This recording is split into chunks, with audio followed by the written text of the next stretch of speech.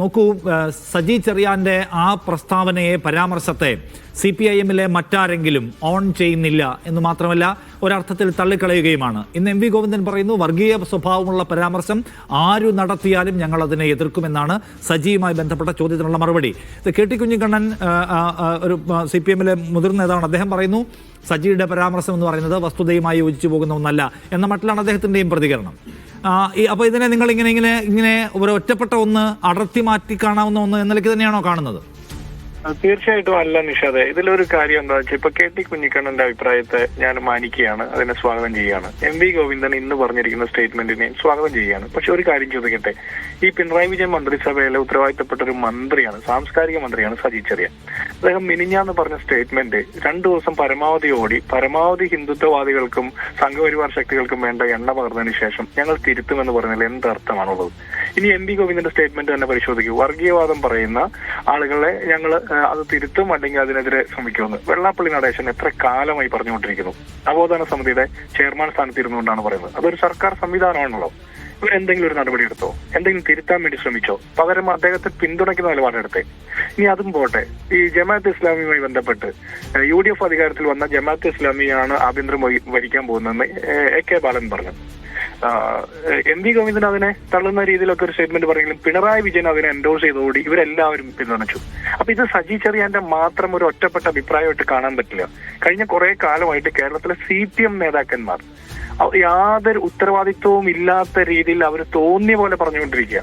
ഈ സർക്കാരിന് നേതൃത്വം കൊടുക്കുന്ന മന്ത്രിമാർ, CPM-ന്റെ ഉന്നത നേതാക്കന്മാർ, ഇത് ഒറ്റപ്പെട്ട സംഭവമല്ല. BJP നേതാക്കന്മാർ പോലും പൊതിഞ്ഞു പറയുന്ന, സംഘപരിവാർ പൊതിഞ്ഞു പറയുന്ന കാര്യങ്ങളാണ് CPM-ന്റെ നേതാക്കന്മാർ പച്ചയ്ക്ക് പറഞ്ഞുകൊണ്ടിരിക്കുന്നത്.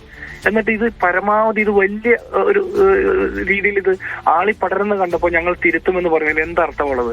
ഒരു കാലത്ത് CPM, നമ്മളൊക്കെ വ്യത്യസ്ത രാഷ്ട്രീയ പാർട്ടിയിലുള്ള ആളുകളാണെങ്കിൽ പോലും CPM-നെ കുറിച്ചൊക്കെ പലപ്പോഴും നമുക്ക് ബഹുമാനം തോന്നും, അവരുടെ ചില സ്റ്റേറ്റ്മെന്റ്, ചില നിലപാടുകളുടെ പേരിൽ.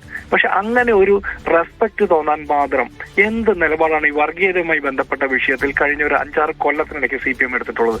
ഒന്നും എടുത്തിട്ടില്ല എന്ന് മാത്രമല്ല, വർഗീയതയെ പരമാവധി എണ്ണ ഒഴിച്ച് ആളിക്കത്തിക്കുന്ന നിലപാടാണ് എടുക്കുന്നത്.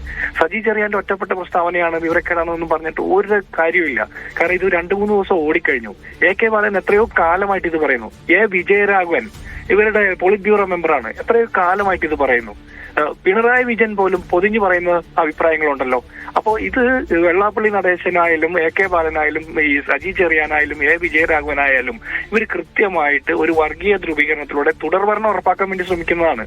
ഇപ്രാവശ്യം ഇച്ചിരി കൂടുതൽ പാളിപ്പോയി. VD സതീശൻ എന്ന പ്രതിപക്ഷ നേതാവ് നേരിട്ട് ഇറങ്ങി നിന്ന് ഫൈറ്റ് ചെയ്തു. ആളുകൾ VD സതീശന്റെ പിന്നണിയിൽ അണിനിരക്കുന്ന കാഴ്ച കണ്ടപ്പോൾ സാമുദായിക നേതാക്കന്മാർക്ക് പോലും മറുപടി പറയാൻ പറ്റാത്ത രീതിയിലേക്ക് ജനങ്ങൾ ഒന്നിച്ചു എന്ന് മനസ്സിലായപ്പോഴാണ് ഇപ്പൊ CPM രംഗത്ത് വന്നിരിക്കുന്നത്. തിരുത്തും എന്ന്, അദ്ദേഹത്തിന്റെ തിരുത്തൽ ആവശ്യപ്പെടുമെന്ന്. ഇത് ഒരു രാഷ്ട്രീയ ബോധ്യത്തിന്റെ കൂടി ആവശ്യമാണല്ലോ.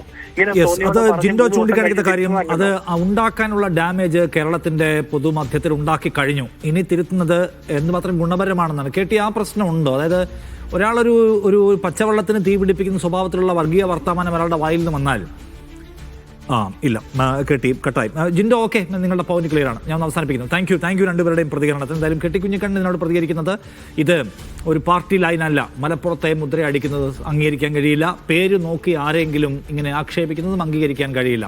എന്നാൽ മുസ്ലിം ലീഗിൻ്റെ വർഗീയമായ ഇടപെടലാണ് എന്ന് വിമർശിക്കാൻ ഞങ്ങൾക്ക് അവകാശമുണ്ട് എന്ന് കൂടിയാണ് അദ്ദേഹം പറഞ്ഞത്. അത് ഓക്കെ പോയിന്റാണ്. ജിൻഡോ പറയുന്നത് ഓൾറെഡി ഇത് സർക്കുലേറ്റ് ചെയ്യപ്പെട്ട് കഴിഞ്ഞു, ഈ വംശീയത, വർഗീയത. പക്ഷേ അതിനെ ഇപ്പോഴും വളരെ ദൃഢമായ ഭാഷയിൽ തള്ളിപ്പറയാൻ CPIM തയ്യാറാവുന്നില്ല എന്ന ഗുരുതരമായ പ്രശ്നം അവിടെ നിൽക്കുന്നുണ്ട് എന്നാണ്. അത് പ്രശ്നവുമാണ്. CPM-ന്റെ സംസ്ഥാന സെക്രട്ടേറിയറ്റ് അംഗത്തോട്, മന്ത്രിയോട് ഇത് തിരുത്താൻ ആവശ്യപ്പെടുമോ, അദ്ദേഹം തിരുത്തലുമായി രംഗത്ത് വരുമോ എന്ന് നമ്മളെന്തായാലും ഉറ്റുനോക്കും.